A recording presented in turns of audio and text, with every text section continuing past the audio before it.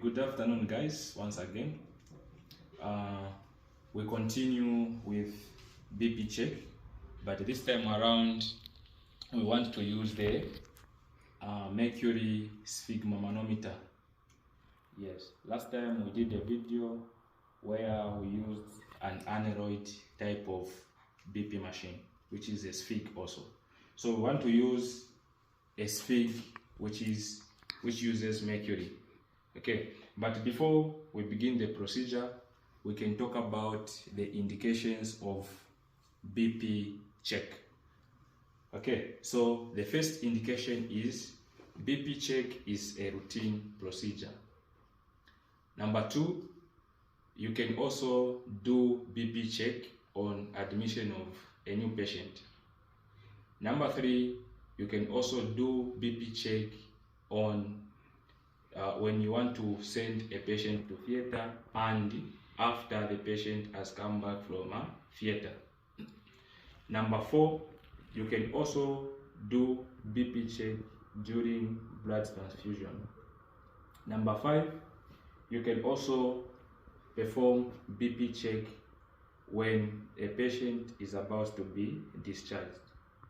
Okay, so first thing first, we have to wash the hands. Okay, so use hand sanitizer. You show to the examiner that you are drying your hands like this. Then you go to the patient. You say, "Good morning, Mr. Stanley."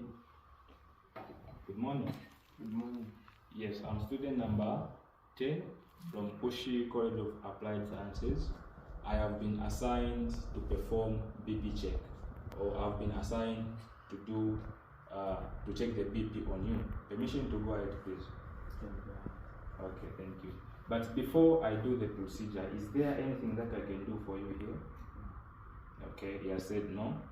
And ensure privacy. So don't worry about privacy. I have already screened. You tell the patient that. Okay. From here, BP check is a clean procedure, so we are not going to use gloves, of course. You have to disinfect the stethoscope. So you start with the earpiece. Once you do that, get another swab. You disinfect this part like that.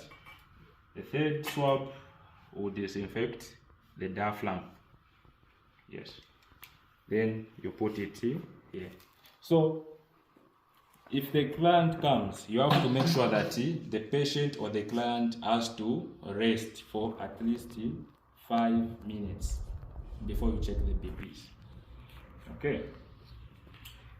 So after we do that, you need to get the BP machine, which is a sphygmomanometer, mercury type. So you place this button here. Do that, it's open. So students sometimes they struggle, they will just come and they will try to start opening and it's not going to open. So you just get the machine, then you place this button here like that, it's open.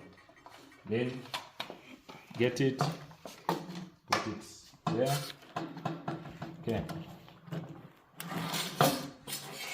so we are going to use this arm. Okay, so the machine has got a switch, the on off switch, this part here. So like this is on. If you take it this side, it's off. Okay, so you have to make sure that you check this button, is it on or off? So like this is off. You take it this side, it's on. So if it's off, let's say you forgot to do this, to switch on, and then you start pumping, you are not going to see the mercury rising, this part here. It's not going to show the mercury.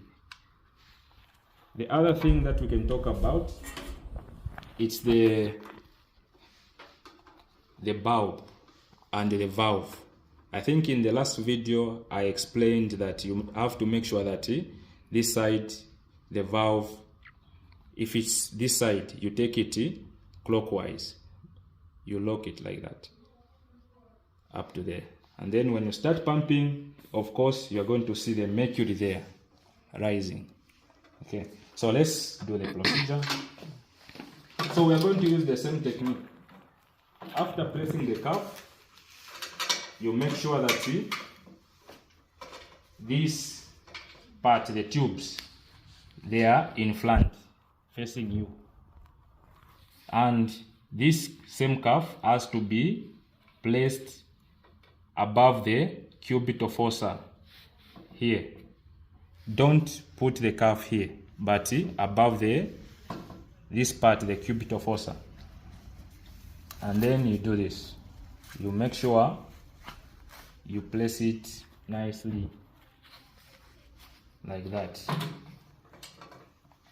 The same technique, we said you have to feel for the pulse. You have to palpate. So you use your 2 fingers. Feel for the pulse. So you have to locate the brachial artery here. So I'm able to pick the pulse from here. So that means this is where I'm going to place the stethoscope. Okay, so I have to lock this part, and I have to make sure that the machine is on this side. So I will take this pattern to the left side like that. Then I'll start inflating. I'm sure you can see the mercury there, it's rising. But the thing is, you have to palpate. So let's do this. We deflate. I have to palpate. I can pick the pulse, and then I'll continue holding there. I close then start pumping. Show that part there. So the technique is where I'm going to stop getting the pulse, where I'll stop feeling the pulse, I'll stop pumping, and I'm going to add 10 millimeters of mercury. Yes, so I can't get the pulse anymore at 115 there. Now let's add 10. So it will be somewhere at 125, somewhere there. Okay. Then the next thing I'll do is to get the stethoscope.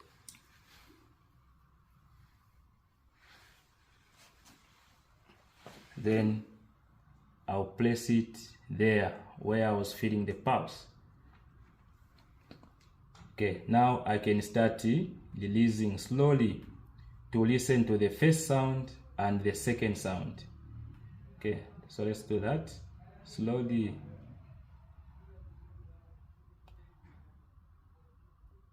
So I can get the first sound and the second sound. So now I can release everything now. Okay, like that. So the first sound I got it at 111. The second sound I got it at 67. So the BP is 67. Sorry, 111 over 67 millimeters of mercury. So you are going to find a piece of paper on the station and a pen. So you are going to write the name of the patient. You are also going to write the findings. So 111 over 67 millimeters of mercury. You have to document. Okay, so you finish the procedure by thanking the patient or the client. So you say, "Thank you, Mr. Stanley, for allowing me to do this procedure. I was doing this procedure to know your BP, if it's on the normal ranges or it's abnormal." Okay, then you have to wash your hands and dry them. You can even give IEC. Okay. Thank you guys. Let's wait for the next video.